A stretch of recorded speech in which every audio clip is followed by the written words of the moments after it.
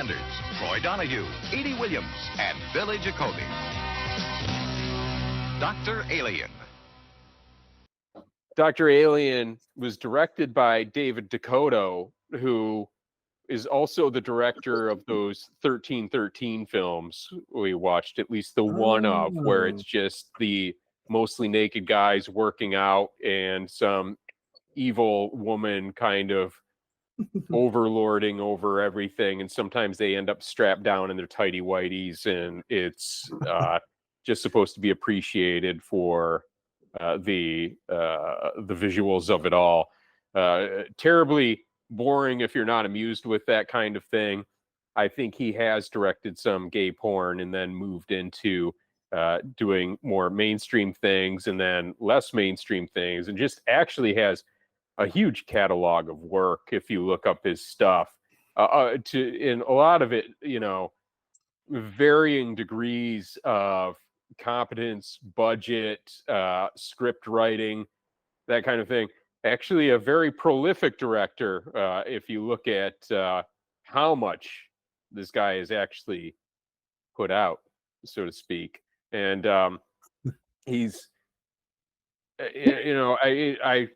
I guess that probably just is indicative of him being a director for hire overall, and just having his resume out there and just taking on all kinds of different projects. This was a really kind of somewhat typical in certain ways sex comedy from the 1980s that had an element of just bizarreness to it and a certain level of nonsensicalness to it that made it very movie night appropriate. And it was, I think, very amusing overall. Not to say that it was competent and sensible, or that there was complexity to the storyline, or that you can make a whole lot of what it was trying to tell us overall. But it did pretty much have consistent narrative with beginning, middle, and end. It didn't really just cut off, leaving us entirely unaware that we were leading towards the conclusion, as many of the films distressingly do that we see in movie night.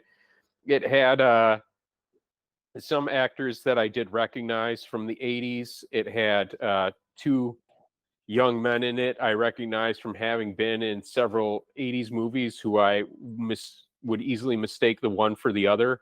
They look like they must have been related. I don't know. I am so remiss. I don't even know what their names were. I tried looking it up and already gave up. But the protagonist was a nerd at school who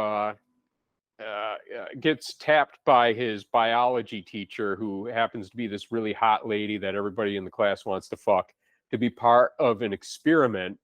And she gets him into the lab after school and forces an injection into him, this serum that, oddly enough, causes him to sprout this kind of antenna on top of his head that seems to have like a little butthole at the top.